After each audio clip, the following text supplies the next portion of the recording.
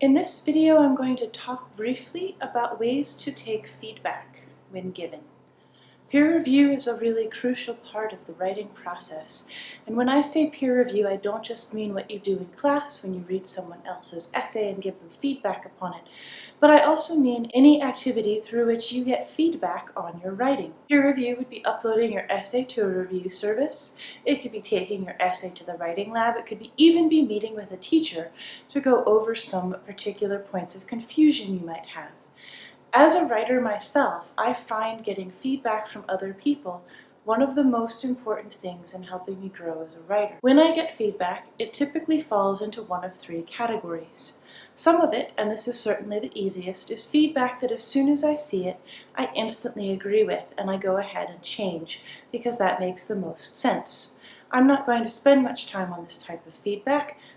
That should be pretty straightforward. The other two types of feedback that I often get, however, are feedback that is confusing, sometimes inconsistent, and feedback that I disagree with.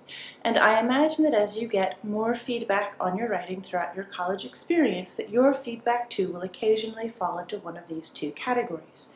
So, this short video is about ways to take the feedback that you've received and apply it to your own essay in the most efficient manner. If you receive feedback that's confusing, it's likely going to be in one of two ways. In the first place, the feedback itself might be confusing, and in this instance, it's probably not your issue.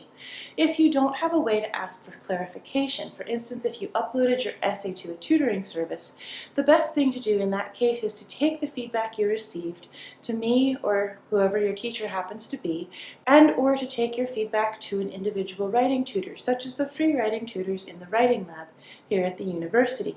You can sit down with someone else and work through that feedback and figure out the best way to apply it to your own writing. Sometimes you might understand the feedback but not be sure how to apply it. You will probably understand it if they say your thesis statement needs more development, but you might not be sure how to apply that within your own essay. If you don't understand the feedback or you don't understand how to apply it, I would recommend meeting with someone who can talk to you about your writing and help you make changes in real time. Another type of confusing feedback, however, might be feedback that directly contravenes the assignment that you're given. For instance, your feedback might say, "Why not start the introduction with a rhetorical question?" And your teacher might have told you that that's not an introductory strategy that your teacher finds particularly appealing. In that instance, the best practice is always to contact your instructor directly. Your tutor may not know that your instructor has asked you to do something or not to do something, but if you're worried that the feedback you're given conflicts with something your instructor has suggested, usually the best practice is to go with what your instructor has said and or to contact your instructor and make sure that you've understood all the directions accurately. In a few instances, the feedback from your tutor may help you clarify a point that you didn't really understand in your instructor's original direction. By far the third and most complicated type of feedback, however, is feedback that you don't agree with. For instance, you might get feedback from a classmate or a tutor or even at the Writing Center that says, "This essay doesn't have a thesis statement," and you might know beyond the shadow of a doubt that you wrote a thesis statement. You might be able to look at your paper and identify that thesis statement without even missing a beat. You know it's there, and you think your reviewer is just wrong.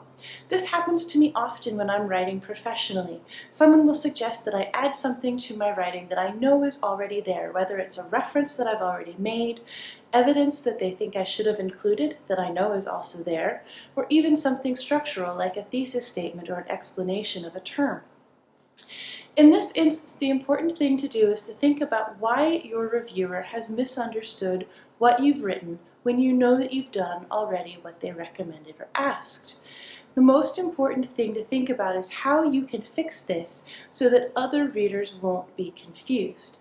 So if, for example, you have a thesis statement in your essay and your reviewer says what this essay really needs is a thesis statement, think about why your reviewer might be confused. Is your thesis statement not in a traditional place? Is it perhaps not signaled as clearly as your reviewer might have liked? Is it perhaps worded ambiguously so that it doesn't come across as the correct type of thesis statement for the essay you've written? When you've included something in your essay that your reviewer can't find, the most crucial thing is to think about why your reviewer might have been confused, and then to fix things that made your reviewer confused. When I was writing my recent book, for instance, my reviewer ended up changing a lot of words that then didn't say what I had meant to say nearly as accurately. In almost every instance, instead of changing the words back, I thought about why my reviewer might have been confused, and what in that paragraph or that sentence had caused my reviewer to think that I meant something that was very far from what I had actually meant. Sometimes this was as small as a comma placement, but other times my reviewer actually changed entire words. In each instance, I sat down with the sentence and thought about why it might have been confusing, changed the words or phrases that I needed to change, sometimes added more context or broke the sentence into two parts so that it was clearer. Once I had identified these confusing spots, I used them to make my own writing stronger. It wasn't that my writing was wrong or bad. It was that the writing that I had created was difficult for my reviewer to understand, and since the goal of writing is to make yourself as comprehensible to others, presenting your own ideas or arguments, then it is essential that you take feedback that you're given, even when it's wrong, and use it to help make your own writing clearer and better.